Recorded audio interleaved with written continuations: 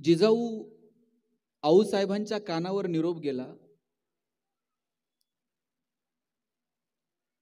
जिजाऊ आऊसाहेबांचे वडील लखोजीराव आणि त्यांचे 3 तरुण भाऊ सुलतानाला भेटायला गेले. मुजरे झडले. सुलतानानं मुजरा तर नाहीच स्वीकारला, पण सभागृहातून उठून निघून गेला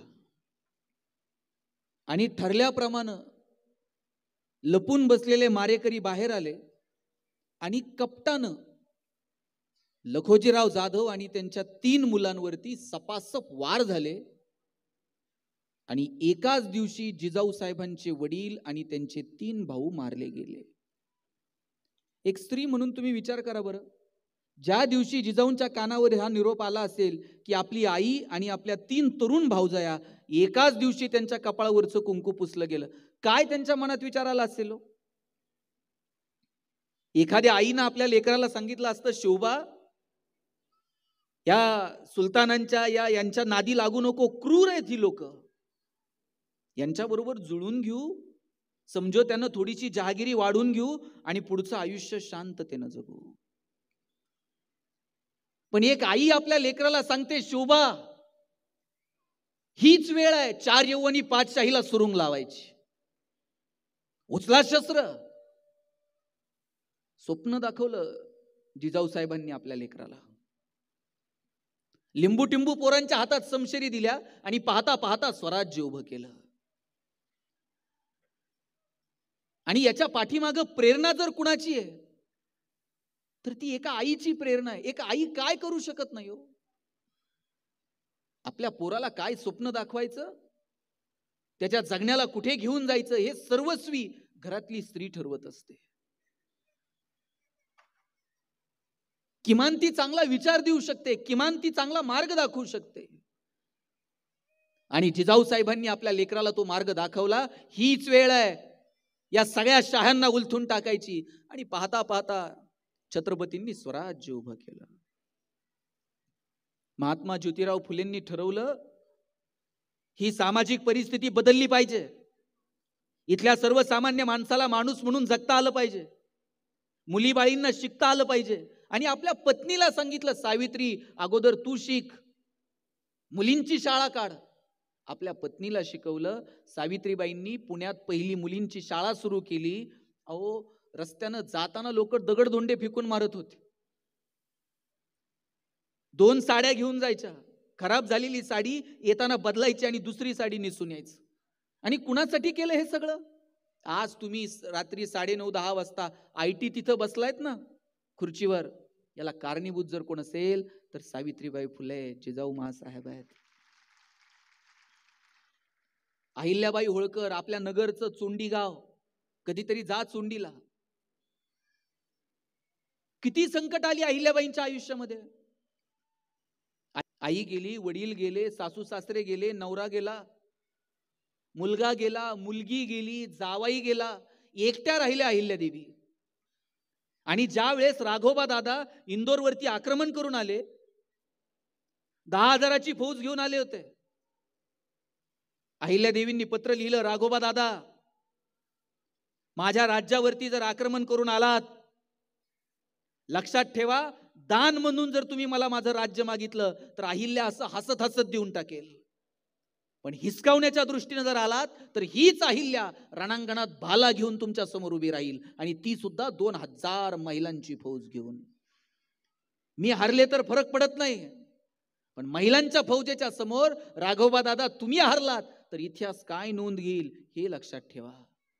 राघोबा दादांनी पत्र लिहिलं, अहिल्या, मी लढायला नाही, तुझं सांत्वन करायला तुला भेटायला येतोय.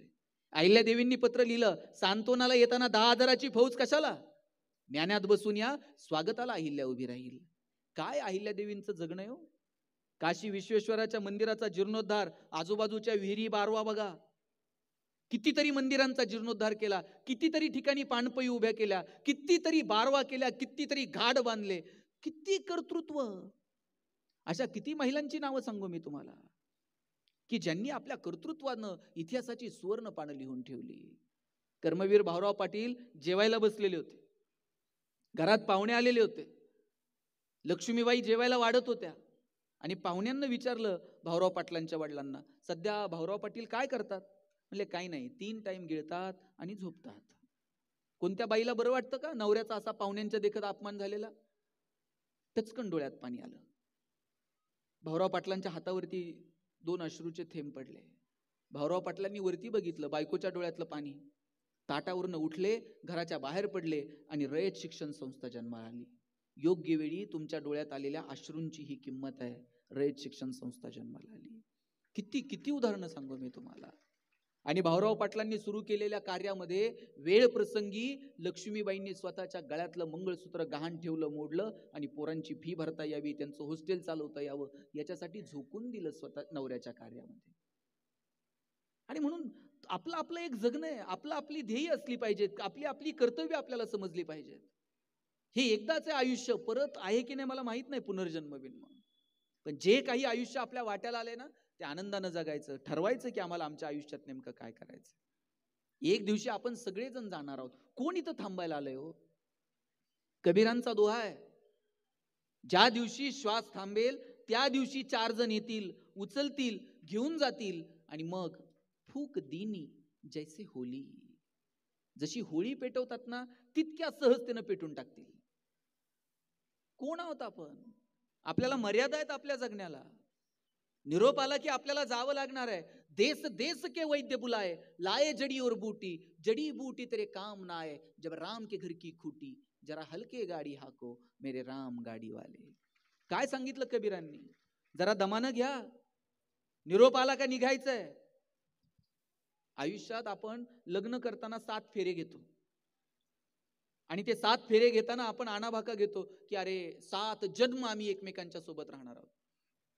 7 जन्माचं सोडा, या जन्मात आपल्याला माहित आहे का हो की दोघांपैकी कोण पुढे निघून जाईल, कुणाला मागे थांबावं लागेल? माहित नाही आपण किती दिवस एकमेकांच्या सोबत आहोत. जोडीदार गेला की आपल्याला वाईट वाटतं. कबीर सांगतात, बिलग बिलग कर तिरिया रोवे, बिछड़ गई मेरी जोड़ी. बिलग बिलग कर तिरिया रोवे, बिछड़ गई मेरी जोड़ी. कहत कबीर सुनो भाई साधो, जिन जोडी उन तोडी. ज्यानं जोडली त्यानं तोडली. आपण मालक नाही आहोत. तुम्ही सगळ्यांनी नीतू मांडके नाव ऐकलंय? हृदयरोग तज्ञ होते, पुण्यातल्या बीजे मेडिकल कॉलेजला शिकले. अलका मांडके पण तिथेच शिकायला होत्या. दोघांनी जाऊन पुढे लग्न केलं. नीतू मांडके हृदयरोग तज्ञ झाले, अलका मांडके भूल तज्ञ झाल्या. भूल द्यायला पण तज्ञ लागतो, ती कुणी कधी कशी देऊन चालत. नीतू मांडकेंनी 10,000 पेक्षा जास्त शस्त्रक्रिया त्यांच्या आयुष्यात केल्या. बाळासाहेब ठाकरेंवर शस्त्रक्रिया करायची वेळ आली तर ती सुद्धा नीतू मांडकेंनी केली. आणि एक दिवशी प्रवासात असताना नीतू मांडके अलका मांडकेंना म्हटले, अलका मी एवढ्या शस्त्रक्रिया केल्या पण कधी जर मलाच अटॅक आला तर? कोणत्या बाईला असं बरं वाटतं का नवऱ्यानं बोललेलं? पटकन तोंडावर हात ठेवला. नीतू असं अभद्र बोलू नये. अरे असं कुठं पुस्तकात लिहिलंय का डॉक्टरला अटॅक येत नाही? येऊ शकतो. सांग मग काय करायचं? नीतू मांडके म्हटले, अलका कधी जर मला अटॅक आला, अँजिओप्लास्टी जर करावी लागली, अमुक अमुक स्टेन वापर. बायपास जर करावं लागलं, अमुक अमुक तज्ञाला बोलव. हृदय ट्रान्सप्लांट करावं लागलं, तुर्तास इथे करू नको. आणि हो, ऑपरेशन कुणी करायचे ते करू दे, पण भूल मात्र तूच द्या. अलका मांडकेंनी लिहिलंय, माझ्या आयुष्यात सुद्धा मला कधी वाटलं नव्हतं हसत हसत मारलेल्या गप्पा कधीतरी फिरून माझ्याकडे येतील. एक दिवशी गाडी चालवता चालवता नीतू मांडकेंच्या छातीत चमक आली. तसाच पत्नीला फोन केला, अलका मी हिंदुजाला पोहोचतोय, जिथे असशील तिथून ये. आणि अलका मांडके हॉस्पिटलकडे यायला निघाल्या. नीतू मांडके हॉस्पिटलच्या दारात उतरले, गळ्यात असा वॉचमॅनचा हात घातला आणि सांगितलं, मी नीतू मांडके, स्ट्रेचर बोलव आणि आयसीयू मध्ये घेऊन चल. स्ट्रेचर बोलवलं, आयसीयू मध्ये घेऊन गेले. ज्या हातांनी हजारो शस्त्रक्रिया केल्या ते नीतू मांडके लहान लेकरासारखे झोपून होते, डोळ्यानं खुणवत होते, आता हे करा, आता ते करा. तितक्यात अलका मांडके आल्या. अलका मांडकेंना बघितलं आणि नीतू मांडके म्हटले, अलका यातून मी वाचेल असं मला वाटत नाही. नीतू आत्ता मी ऑपरेशनला घेते. ऑपरेशनला घेतलं, ठरल्याप्रमाणे अलका मांडकेंनीच भूल दिली, ऑपरेशनही झालं. पुढचे 3 दिवस नीतू मांडके श्वासासाठी झगडत होते. पण अखेर 3ऱ्या दिवशी पुन्हा हृदयविकाराचा झटका आला आणि नीतू मांडकेंची प्राणज्योत मावळली. देश देश के वैद्य बुलाए, लाए जड़ी और बूटी, जड़ी बूटी तेरे काम ना आए, जब राम के घर की खूटी, जरा हलके गाडी हाको मेरे राम गाडी वाले. आपण सगळेजण एक दिवशी थांबणार आहोत. जे एक क्षण वाट्याला येतील ते आनंदाने जगा. महिला दिनाच्या शुभेच्छा देत असताना माझी सगळ्या पुरुषांना विनंती आहे, महिलांच्या कष्टाला प्रतिष्ठा द्या आणि त्यांचा सन्मान करा. पोरांनो, तुम्ही असं चौकात उभे आहेत आणि गावातल्या, गल्लीतल्या, शाळेतल्या, कॉलेजमधल्या 2 पोरी तिथून चाललेल्या आहेत. तुमच्याकडे बघितल्याबरोबर त्या पोरींना सुरक्षित वाटलं पाहिजे. अरे, माझ्या गावातली पोरं आहेत, माझ्या गल्लीतली आहेत, माझ्या शाळेतली आहेत, इथं मी सुरक्षित आहे. आणि तुमच्याकडे बघून गावातल्या, गल्लीतल्या पोरीला जर सुरक्षित वाटत नसेल तर तुम्हाला जय भवानी आणि जय शिवाजी म्हणायचा अधिकार नाही, हे तुम्ही लक्षात ठेवा. माझे वडील 2 चॉकलेट आणायचे, 1 चॉकलेट आणायचे आणि माझ्या बहिणीच्या हातात द्यायचे आणि म्हणायचे, गणेशन तू अर्धा अर्ध करून खा. ताई चॉकलेटचे 2 भाग करायचे, एक मोठा आणि एक छोटा. ताई चॉकलेटचा छोटा भाग स्वतःला ठेवायचे आणि मोठा भाग मला द्यायचे. चॉकलेट छोटं होतं पण आभाळ्या एवढा संस्कार करून गेलं. मोठ्या लोकांनी मोठ्या गोष्टी मोठ्या मनानं छोट्या लोकांना द्यायच्या असतात आणि जगात हे फक्त बहीण करू शकते. म्हणून बहिणीचा सन्मान करा, आपल्याही आणि इतरांच्याही. आपण आपल्या बहिणीचा जितका सन्मान करतो तितका सन्मान जर इतरांच्या बहिणीचा केला तर कोणत्या बहिणीसाठी मोर्चे काढावे लागणार नाहीत, कॅन्डल मार्च काढावे लागणार नाहीत. ज्ञानोबरायांची बहीण आहे मुक्ताई, तिनं ज्ञानोबरायांना जगण्याचा अर्थ सांगितला. ताटी लावून बसलेल्या ज्ञानोबरायांना आवाज दिला, ताटी उघडा ज्ञानेश्वरा. ज्ञानोबांनी ताटी उघडली आणि ज्ञानेश्वरी सारखा महान ग्रंथ समोर आला. आणि म्हणून समाजासाठी, देशासाठी, कुटुंबासाठी, आजूबाजूच्या माणसांसाठी झटणाऱ्या, झगडणारी ही प्रत्येक स्त्री म्हणजे आमच्यासाठी साक्षात आदिशक्ती आहे. त्या आदिशक्तीचा आपण सन्मान केला पाहिजे, त्या आदिशक्तीचं आपण स्वागत केलं पाहिजे. तुमच्या प्रत्येकीमध्ये एक प्रचंड ताकद आहे. बघा, सगळी महत्वाची खाती तुमच्याकडे होती. Education ministry Saraswati, finance ministry Lakshmi, defence ministry Durga. तुमच्याकडे खूप ताकद आहे, फक्त त्या ताकदीची जाणीव मात्र तुम्हाला व्हायला हवी. तुमच्या मुलींना शिकवा. माझी सगळ्या महिलांना विनंती आहे, तुमच्या मुलींना शिकवा, त्यांना त्यांच्या पायावर उभं करा. ज्या ज्या महिला नोकरीला आहेत त्यांना विचारा बरं, महिन्याला जेव्हा त्यांच्या मोबाईलवर मेसेज येतो ना, क्रेडिटेड, काय आनंद असतो, कॉन्फिडन्स असतो एक जगण्यात. याचा अर्थ गृहिणी असणं कमीपणाचं आहे मला म्हणायचं नाही, पण मुलींनी पायावरती उभं राहिलं पाहिजे. आणि आज मुलींना शिकवा. काय अहो, प्रत्येक गावात आज मुलीच्या आई वडिलाला टेन्शन नाही तेवढं मुलाच्या आई वडिलाला टेन्शन आहे. प्रत्येक गावात 30 ते 35 वयोगटातली किमान 5-50 पोरं बिन लग्नाची. आमच्याकडे तर एकाचं लग्न जमेना, त्याच्या मित्रानं त्याला सांगितलं, म्हणला मुलीकडचे बघायला आले ना, पगार जरा वाढवून सांगायचं. त्या मुलीच्या वडिलांनी विचारलं किती पगार, यांना अंदाज घेऊन सांगायचं. हे म्हणताय 1.5 लाख. मुलीचे वडील म्हणले तुझ्याकडे बळगून तर वाटत नाही 1.5 लाख असेल. हे म्हणताय तसा फिक्स 1.5 लाख आहे, पण कटिंग करून 8,000 हातात येतो म्हटलं. आपण किती दिवस फसवणार आहोत. मुलींमध्ये ताकद आहे, त्यांना ताकद द्या. आई म्हणून खंबीरपणे तिच्या पाठीशी उभं राहा आणि तिला सांगा, मी पण हुशार होते, मला नव्हतं कुणी सांगणार, नव्हती आमच्या वेळेस परिस्थिती, पण आई म्हणून मात्र मी खंबीरपणे तुझ्या पाठीशी आहे. बाळा तू शिक, मोठी हो. ते धाडस आई म्हणून तिच्यामध्ये निर्माण करा. तुमच्यामधल्या सगळ्या आदिशक्तींना वंदन करतो. अनादि निर्गुण प्रगटली भवानी,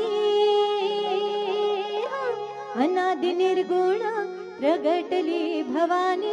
मोह महिषासुर मर्दाना लागुनी, त्रिविध तापांची करावया झाडणी, त्रिविध तापांची करावया झाडणी. न भक्ता लागी तू पावसी निर्वाणी, आईचा जोगवा जोगवा मागे, नाईचा जोगवा जोगवा मागे.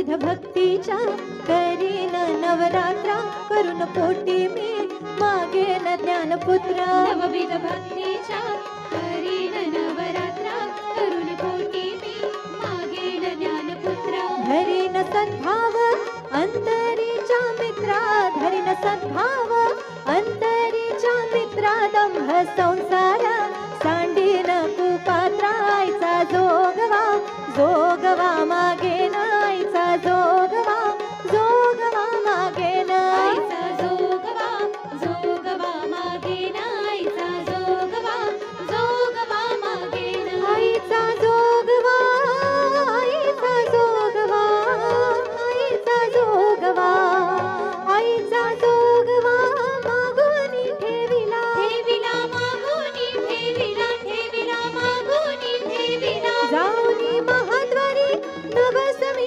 फेडिला फेडिला नवस मी फेडिला फेडिला नवस मी फेडिला एका जनार्दनी एकपणे देखिला न जन्म मरणाचा हेरा मी चुकविला नाहीचा जोगवा जोगवा मागेन आईचा जोगवा जोगवा मागेन आईचा जोगवा जोगवा मागेन आईचा जोगवा जोगवा मागेन आईचा जोगवा जोगवा मागेन